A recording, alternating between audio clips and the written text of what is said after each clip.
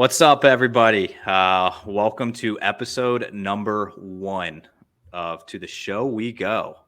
It's going to be a little podcast series that Mr. Ed Hand and myself and occasional guests like Chris Henrique, who's on this one with us.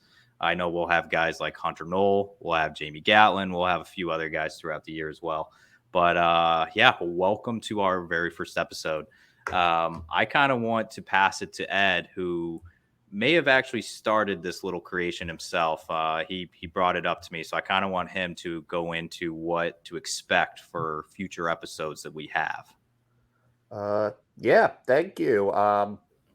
It's been pretty incredible how quickly this has all come together. We started, Chris and Parker and I were all working at Polar Park this year, and so I was familiar with them through their internet presence, but it's very different when you actually are seeing somebody a few times a week and at work. But also, like, we're not there for the money. We're there because there's a lot of passion. It's what we want to do. And you get to know people through that, and it became very clear that we are very into these players and just seeing them go on their journey through, wherever they are. Obviously, we were at AAA, but we can, like, even like FCL when they start there, just seeing how they grow and how they end up, on the cusp of the majors. That's always been a big thing for me, is these guys that minor leagues aren't glamorous. They're not. It's not the easiest experience, and these guys persist. We were talking to guys that are in their late 20s that have been doing this for a while, and they're right there with, like, the 23-year-olds, your Cedon Rafaela 22-year-olds coming up. And they're all kind of going towards the same thing, but they're at very different points of the journey, and they all have their own experiences and their own things that have gotten to there. And it's for me, as somebody that grew up playing baseball, and before they even got to high school, knew that they weren't going to be a pro. It's really, it's vicarious. It's like vicarious living in a way. They're doing what I think a lot of people wish that they could do, and just getting to see that and find out more about that journey is something that I'm very interested in. And that's sort of the origin of this. Yeah, and before I pass it over to Chris's way, I kind of want to piggyback what you just said, where this was my first year in a locker room in professional baseball, and seeing when we stepped into media day one this past year in Worcester, you had a range of guys from the Nico Goodrums and the Jake Farias of the world that have been in the majors. They've done that. They've spent numerous years in the majors too.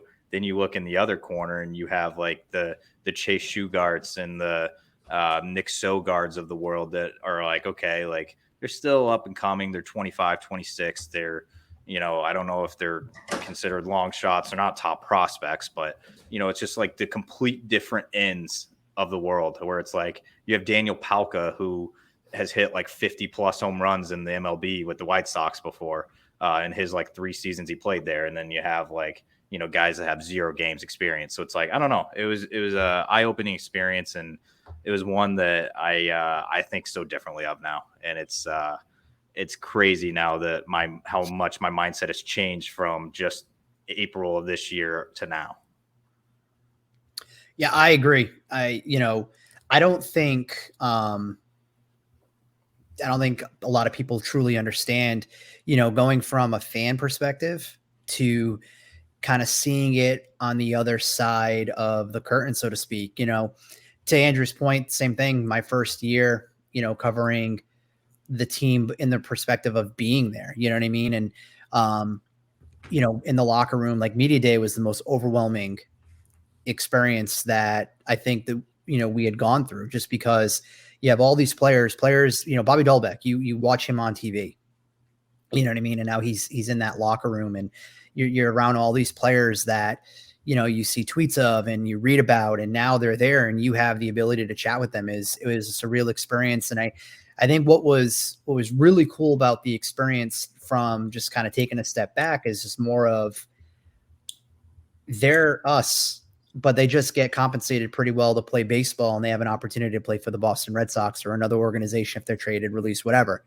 And to say like you can have conversations, regular conversations with the likes of, Jaron Duran to Caleb Hamilton to the manager, Chad Tracy, it was such a great experience, and one that I look forward to next year, and already, excited for, what is it, April 3rd they come back?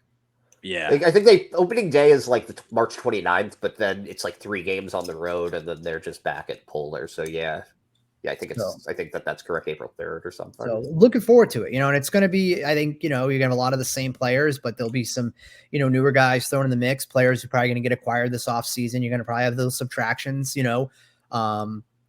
but just being able to have the opportunity to just be there to cover the team and start to learn about these players as people versus what Baseball Reference tells us in their statistics was probably the most, the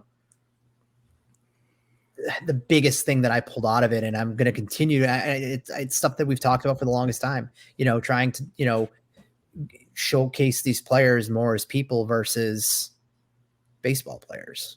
Yeah, there's a human aspect to it. There's and I think that gets lost, especially in a market like Boston where it's win, win, win, win, win. And if you don't win here, then you're a bum and there's something wrong with you, and then you end up having success elsewhere because there's less pressure. Didn't mean to cut you off there, Parker.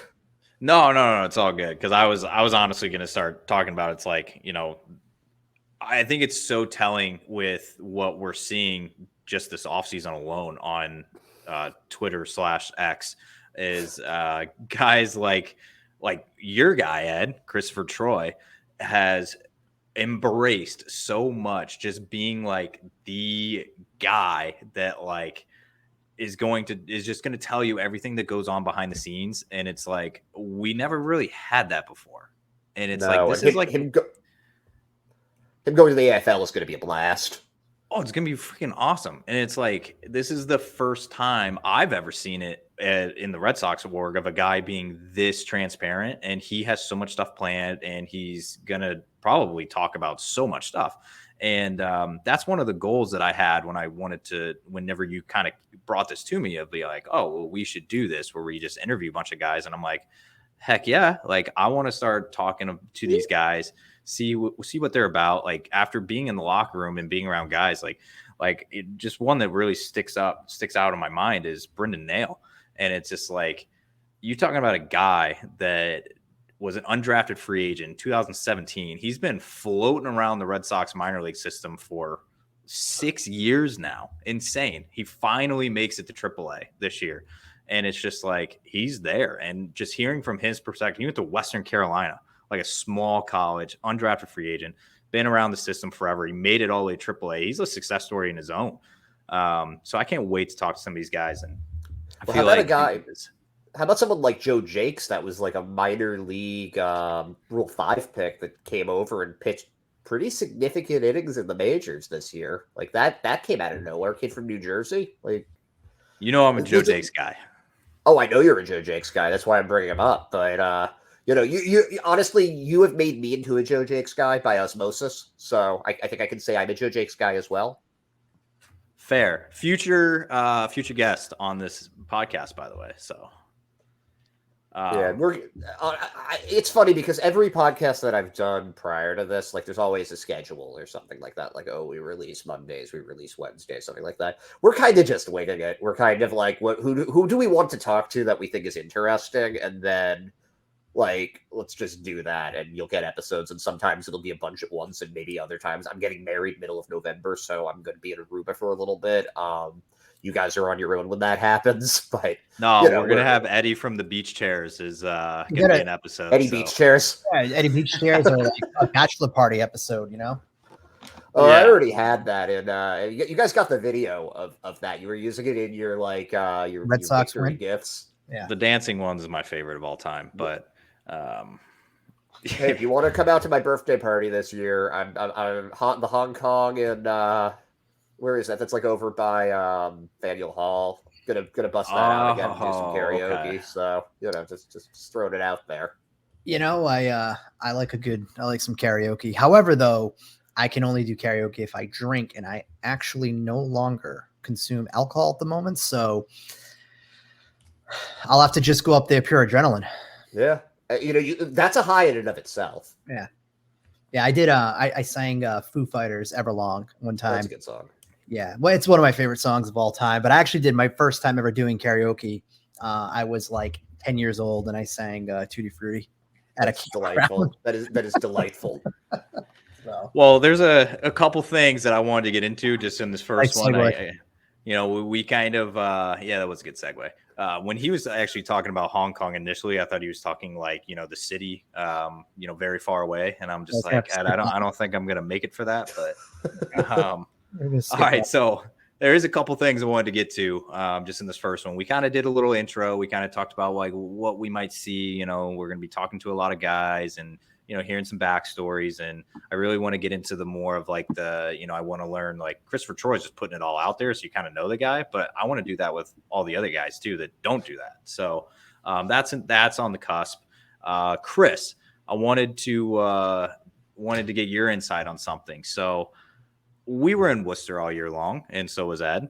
And I'm going to hear from both of you guys, but I want you to tell me just what were your thoughts on the WooSox manager this year?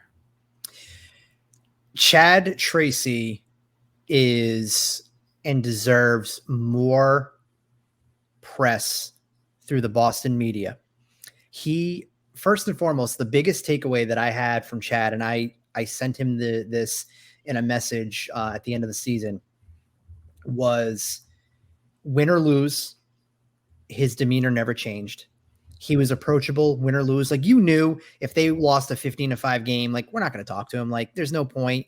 You know what I mean? Like, why have him regurgitate? We know that pitcher X was terrible. We know they didn't hit. We know that whatever. But his demeanor never changed. He was approachable.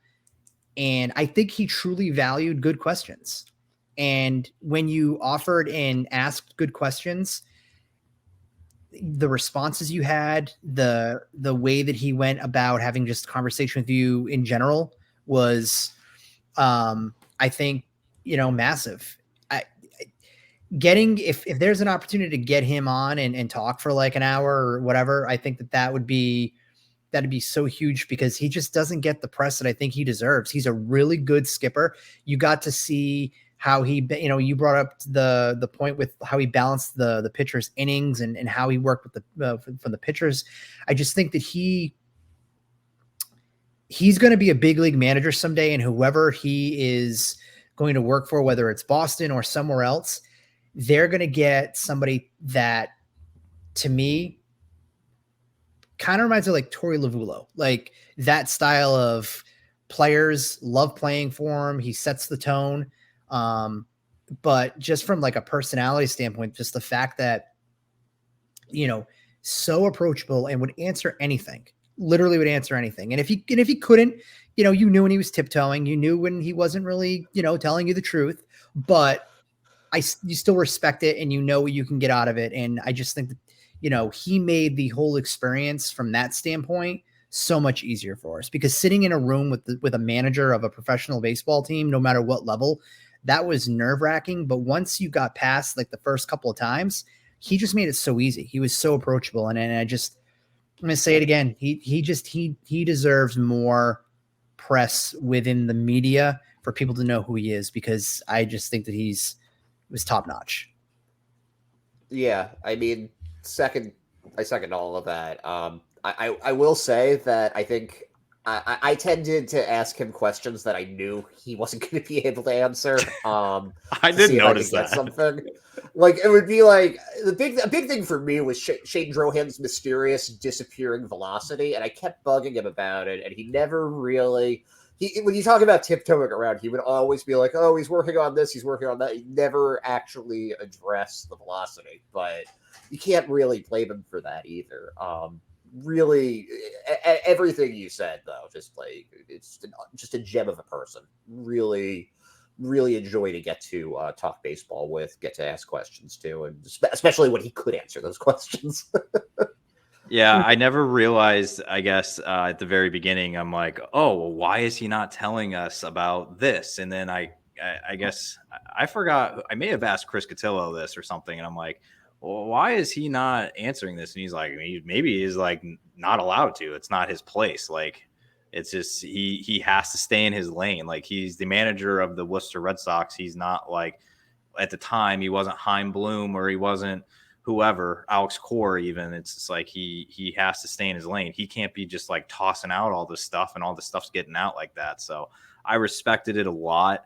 And like what Chris said, he made me feel beyond comfortable. The very first time, I was very scared in his office. And I probably a few times after that as well, but it was very, very quickly.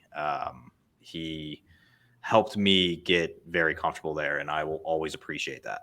My favorite moment though it was like the middle of the year.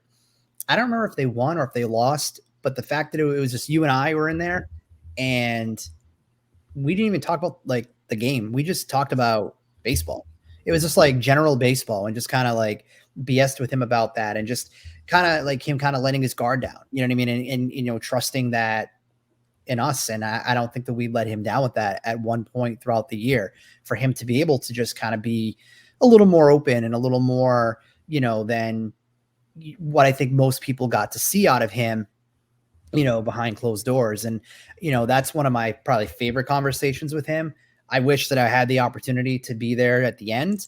You know what I mean? Cause like I had a ton of stuff planned that I wanted to talk about with him and some others, but you know, I'm hoping he's there next year. Hopefully the Sox bring him back and he's back with that group, because I think he's done a really great job. They had a tough first half. They had, you know, what felt like a million transactions, a different face almost in the clubhouse, every other week when we were there, you know, asking him, hey, what about player X that was claimed off waivers? And he's like, well, we just kind of like we do the drill. We're going to do the meet and greet on the Monday, and then he's going to meet with, you know, Paul Abbott, or he's going to meet with, you know, whomever, and then, you know, we'll go from there. And so definitely, if people have an opportunity to ever chat with him, you know, do it. It's worth it. Just all around great guy. My favorite Chad Tracy story is actually that I thought he was a different Chad Tracy. Yes. I thought he was the Arizona Diamondbacks Chad Tracy. And I said, and this is the thing, I went to Arizona State. So he was with the Diamondbacks while I was there. And I was like, man, it was great watching you play there. How'd you end up here? He was like, oh, that's the other Chad Tracy. I didn't realize it because he has some lineage too. His dad is Jim Tracy, who was a manager for a long time. So he has a little bit of that big league. I met his dad. His dad was there this year. I did not, but that must have been really cool. He was a good manager. Yeah, no, it's I was definitely in the office for that question. I think, because I think it was when everybody was leaving the room. Yeah, it wasn't on record. Yeah, no, yeah, it was like when everybody was leaving the room. But yeah, I had to ask you guys on the Tracy thing, because I just thought he was an absolute gem this year, and I don't know, I don't know how long they can keep him in the org down in AAA. Like, I mean, Baseball America named him the top manager prospect in all of baseball. So, I mean, obviously we're not the only ones that think that. And so it's a good one. There is. But I wanted to also, I'm going to shoot back to you, Ed. I want to ask you, you obviously were in Worcester for a bit this year. What was, if you had to pick one moment the entire season, I'll open this up to the entire minor league system. I know, like, obviously we were in person for Worcester, but I know there's some stuff as well, like in Portland, Greenville, whatever. What would be your top moment of the year, either that you experienced personally or that you think the entire work? I mean, there's a lot to choose from with that. It was a good year for the whole system. But there's one that immediately comes to mind for Worcester, and please correct me if I'm wrong about the number on this, because this is all off the top of my head. But Narciso Crook hitting the record-breaking, I think it was 210th home run of the season for the WooSox, and just everybody kind of going nuts. And they announced it on like the on the speaker and on like and everything. That was a really cool moment because you kind of got to see like, it was like I think they broke a record from like 1996 with the WooSox, so that's always cool getting to see that. Team hit a lot of home runs this year. Polar Vortex helps, but that was just a really fun moment in seeing kind of the culmination of everything that this team. And it was a lot of people, a lot of different people over the season, but they all the hitters at least contributed to that. So that was a very cool moment to be a part of. So I think that one's up there. I think. I mean, there were a couple of just kind of. I kept on having these really bizarre interactions with Ryan Sheriff. That one was that was always kind of fun in an awkward, cringy sort of way. Ryan Sheriff. That sums up just Ryan Sheriff in general. He was nice to me. He was always really nice to me. Yeah, he was great with us. Just I can just as you're saying his name, I'm seeing just the interactions and him off in the corner. Very nice guy. Very nice guy. Oh, like yes. he was never rude to us per se, but yeah. If you talk, he wouldn't go out of his way to talk to you, but if you talk to him, he would definitely give you. Oh yeah. He would talk to you. Yeah. And he had that Papelbon energy about him too, just in that like total psycho on the mound. Yep. Like I would be if I were a hitter, I would be frightened of him. Which is a good trait to have for a reliever. I still want to ask Jake Faria what happened in the locker room. I have no idea. So that will. People are going to wonder what you meant by that. You might need to give them a little more context. Well, I guess we can. I mean, Jake Faria is not even with the team anymore. But neither of them are. Exactly. Retired. Exactly. I feel like we could probably say. I don't even think it's not like Faria is going to listen to this anyway. But it's. I don't know. It was weird. One day, like I walked into the locker room and Jake Faria was sitting on the opposite side of the locker room, and he was sitting next to Taylor Broadway.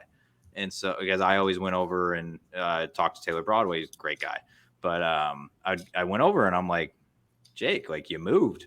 And he said, yeah, I had to tell my old locker mate that I wanted to sit by my throwing partner.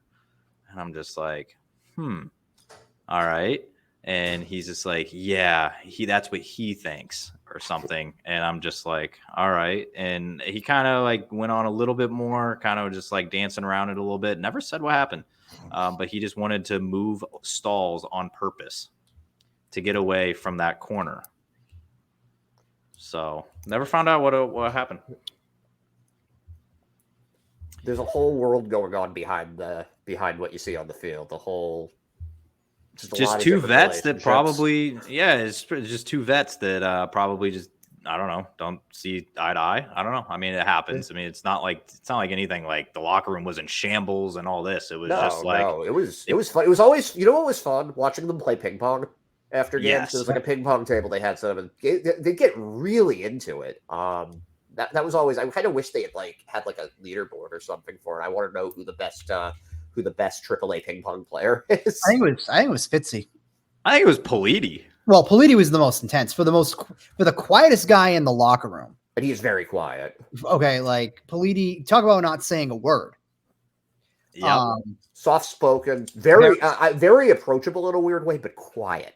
But you put a ping pong paddle in that kid's hand, and he was like Pete Sampras on the tennis court. Like he was wild. He was intense. What's his face there? Greg Allen. He was pretty intense too when he was there. Greg Allen. Professional nice guy, Greg Allen. Well, yeah, another nice guy. Very nice guy. Same thing too. You know, if wouldn't go out of his way to talk, but if you talk with him, I remember the first time I was like, "Hey, do you got a minute?" He's like, "Is it going to be like a minute or is it going to be like, a media 3 minute?" I'm like, "No, you can say 2 words if you want, whatever." But after that, I was like, "Say a word if you don't want to." But he was more open after that. I just think these guys are so guarded because they don't know what the hell people are going to ask them. And, you're looking for the gotcha. But from me, I don't necessarily have an on the field moment that was unforgettable. David Ortiz being in the same elevator as David Ortiz was probably the biggest moment, because here I'm watching my 2004 baseball hero walking off the Angels in the ALDS, being at Fenway Park, and then all of his iconic home runs, and I'm in the same elevator, and him cracking jokes and dropping F-bombs was so awesome and surreal. That was really cool. The conversations with Faria are probably, for me, was one of the better times, because here's a player that not a lot of the people who else like covered with us ever would try to talk with him. And, he had great stories, you know what I mean? Like, very approachable, just cool dude. You know what I mean? Like, would talk about really whatever you kind of asked him. Like, there was really no like boundaries. And I really like, I like that. It sucked when he got, released, just because he was one of those guys that you knew that you could have a convo with and just talk whatever. Like Caleb Hamilton, same thing, another, really good guy. If I had to pick, like, I would say Dahlbeck's home run that they say hit the duck boat. That was a cool moment to kind of be hit the trade. But there's so many like little individual moments that, just seeing guys like, Ronaldo Hernandez, who got no playing time. And then when he started to play, like, just seemingly just picked up where he left off last year, Better. He learned how to draw walks. Yep. David Hamilton going from first to third on an infield, when an infield hit, like, just little things like that, watching Wilyer Abreu and just the rocket of an arm that he had, or just, there's so many like little subtleties that happened over the course of the year. I don't think I can just pinpoint to one moment. The Ortiz piece was really cool. Just, again, that's your baseball hero, and you're sharing an elevator with him, and I had nothing to say. I didn't say anything. I was just like, holy, there's David Ortiz. It's David Ortiz. And it's all like Dave O'Brien, David Ortiz, I literally looked at you when we saw Ortiz. Well, we saw the photographers looking out the door, and we're like, should we like get in front of this in the elevator? And you're like, hell yes, we should. When you saw David Ortiz going around the corner, it's like, all right. Yeah, there could have been 50 people in there. I was going to be 51. I'd be crowd surfing in that thing. I was getting in that elevator. So, well, I like you said, there was just so many. It's hard. I couldn't even. That's why I asked you guys, because I went through my head before this, and I'm like, there could literally be 75 different things I want to talk about, and there's just not enough time in the day. So I'm pretty excited to get a lot of these guys on that we got to deal with this year. And we will get them on. To deal with. Well, yeah, I say that because I forgot. I think it was Nick Sogard. Nick Sogard was. I remember one day he asked like everybody how they were doing. They were like, "How was your day?" Then I remember he was asking us like, what's your commute like, or what does your day look like and stuff. And he's like, "Oh, so you get to come here and deal with us like at night and all this." I don't know. I always say that now, but great guys. But Sogard's awesome. I just remember once reading the lineup, and Sogard was leading off, and I was like, "Oh, so they're leading Sogard off. I like that." And he goes. And I didn't realize he was there. He goes, "Yeah, I like that too." Yeah, lead off Sogi, man. It's I cannot wait to get some of these guys on, especially guys that like we just talked about. Like the Caleb Hamilton episode is going to be awesome. The Nick Sogard, all of them are. So yeah, that's what's in store for us on here. We've got some non-players too that are going to be coming on as well. Just some people that we were interested in talking with that are gonna be here as well, but mostly players. Ed has some names lined up. I'm not going to say the names, but he has names. So I've got names that I don't want to say because if they back out, I'll look like an idiot. So exactly. So we're just like you said at the beginning, we don't have a schedule. We're not going to do it we're not going to release one every Monday. We're not going to do it every Tuesday, whatever. It's just going to be whenever these guys, when their schedule's open, we're going to do it. And this was a good way to introduce our show and kind of recap what happened. I mean, we didn't even really get into anything with Worcester, but I mean, we kind of did a high level thing, but yeah, I mean, if you guys have any closing statements on episode 1? I do. Looking forward to the buffet next season. Hopefully they do not continue with fried food on Thursdays and they roll out with something else. So other than that, like the food was top notch. definitely think that you guys got to get some of the Nesson group that was in Worcester.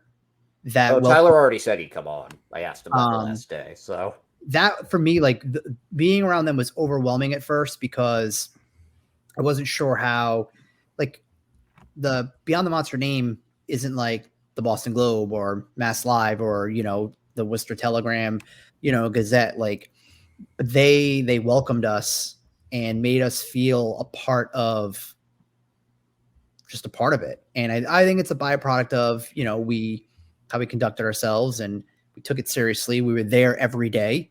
That would allow us to be there. And so just, you know, from Cooper to Jim, like all those guys, Tyler, they were all outstanding to us all season long, and continuing to kind of move those relationships even further as we get into next season, I think will just be a really cool experience. And again, these are people that are behind the scenes, that are doing it just like the players are in Worcester, that need some more eyeballs on them, because Tyler's great in the booth. You know what I mean? Like Cooper's great on the radio. He's great calling the games. Just all these guys do such a really, really, really good job that, you know, definitely would like to see how people perceive them outside of the booth and things like that. So, yeah, I'd just like to give Bill Wadless a special thank you for giving us all our press passes, giving us all the opportunity to do what we were able to do for the season. I don't do the same. My work isn't the same as Parker and Chris. I do data streaming, and I don't really get to be super. I don't get to write during the games. I have to be eyes on the game the entire time when it's going on, and I've been doing this since 2019. But this was my first time I really felt like I was a professional doing it, and that was like I could not thank you, Bill, enough for that opportunity. So thank you. Yeah, shout out Bill. He's great. Been with the Red Sox org since 1986. it's been a hot second. But he's one of the best, man. And it's obviously, if you've been in the org for that long, you're doing something right. So thank you all for staying with us to this point. I believe you can catch these all on YouTube and Spotify. Is that correct, Ed? Yep. I mean, there's probably going to be other. I don't know what Anchor goes on to. Well, honestly, just I'm for still right now, figuring this out too. But Spotify, definitely Spotify, and definitely YouTube. Yeah, for right now, episode 1, we're going as we go. So thank you all for joining us, and we'll be back for episode 2.